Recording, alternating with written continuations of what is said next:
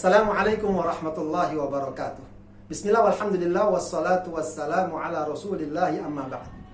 Saudaraku kaum muslimin yang dimuliakan Allah subhanahu wa ta'ala, dalam satu hadis riwayat Tirmidzi, dikisahkan Rasulullah sallallahu alaihi wasallam beserta keluarganya, ahlul baitnya menyembelih seekor kambing.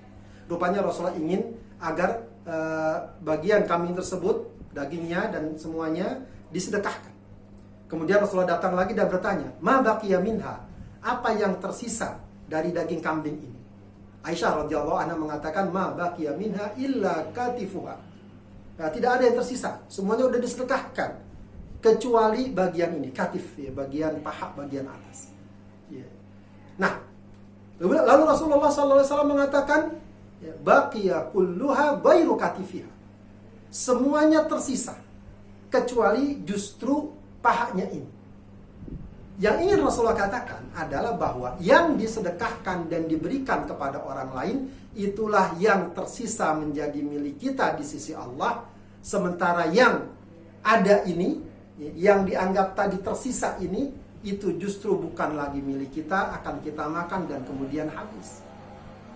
Kaum muslimin yang dimuliakan Allah, sebuah filosofi sedekah yang sangat indah dari Rasulullah SAW, bahwa ketika kita mengeluarkan apa yang kita miliki, walaupun secara sepintas kita mengeluarkan harta kita, mungkin berkurang sejumlah harta kita, kita berikan kepada orang lain, kita sedekahkan, namun hakikatnya apa yang kita sedekahkan, apa yang kita berikan, itu sebenarnya adalah menjadi milik kita yang abadi di sisi Allah, menjadi sebuah amal yang bermanfaat bagi kita baik di dunia maupun di akhirat. Kaum muslimin yang dimuliakan Allah subhanahu wa ta'ala, demikianlah sebuah makna dari sedekah yang harus kita paham. Dan inilah yang sebenarnya menjadi keinginan siapapun yang punya harta. Sebab siapapun yang punya harta ingin agar hartanya tidak habis, bahkan justru bertambah dan bertambah. Nah, cara yang paling menjamin untuk hal itu tak lain adalah sedekah. Kalau kita simpan mungkin berkurang, terkena inflasi, atau naudzubillah mungkin kena musibah dan lain sebagainya. Tapi ketika kita sedekahkan harta kita, berarti kita sedang menyimpan harta kita di tempat yang paling aman, tidak bakal berkurang, bahkan bertambah. Allah Subhanahu wa ta'ala mengumpamakan dalam surat Al-Baqarah, "Matsalul ladzina yunfikuna amwalahum fi sabilillahi kamatsali habbatin ambatat sab'a sanabila fi kulli sumbulatin mi'atu habbah." Perumpamaan orang-orang yang menginfakkan hartanya di jalan Allah, itu bagaikan satu benih yang menumbuhkan 7 tangkai, setiap tangkai akan menumbuhkan 7 butir. Demikianlah Allah akan melipat gandakan sedekah yang kita keluarkan. Karenanya kaum muslimin yang dimuliakan Allah, khususnya di bulan Ramadan ini, di bulan dimana kita dianjurkan banyak bersedekah, dan Rasulullah sebagaimana kata para sahabat, "Wa kana ajwadu ma yakunu fi Ramadan." Rasulullah itu sangat dermawan dan lebih dermawan di bulan Ramadan. Ya, bahkan kita mungkin tidak bisa membayangkan bagaimana Rasul lebih dermawan sementara kesehariannya sudah sangat dermawan di atas rata-rata. Tapi itu merupakan petunjuk dan gambaran betapa kedermawanan itu harus menjadi budaya dan style kita, terlebih di bulan Ramadan ini.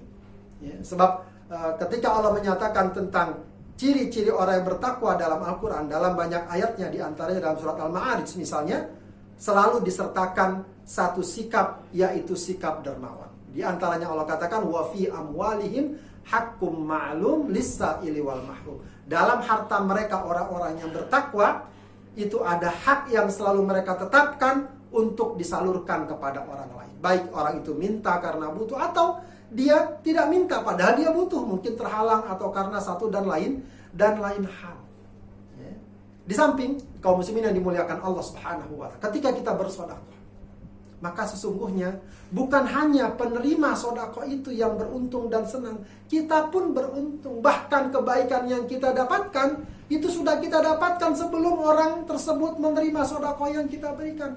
Catatan pahala sudah Allah tetapkan sejak kita keluarkan harta tersebut, walau dia mungkin belum sampai kepada si menerima.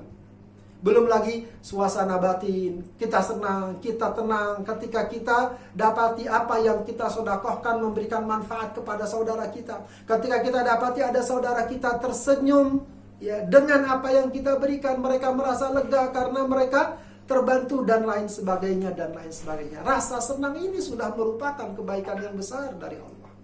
Belum lagi terciptanya suasana saling menyayangi, saling menghormati, yang miskin menghormati yang kaya karena mereka peduli, yang kaya menyayangi yang miskin karena mereka layak untuk dibantu dan diberikan perhatiannya. Maka hadirlah kerekatan sosial, ya, hadirlah kedekatan dan kerukunan sosial. Bayangkan jika yang kaya asyik dengan kekayaannya saja, tidak peduli yang miskin, mereka hanya peduli dengan kesenangannya semata.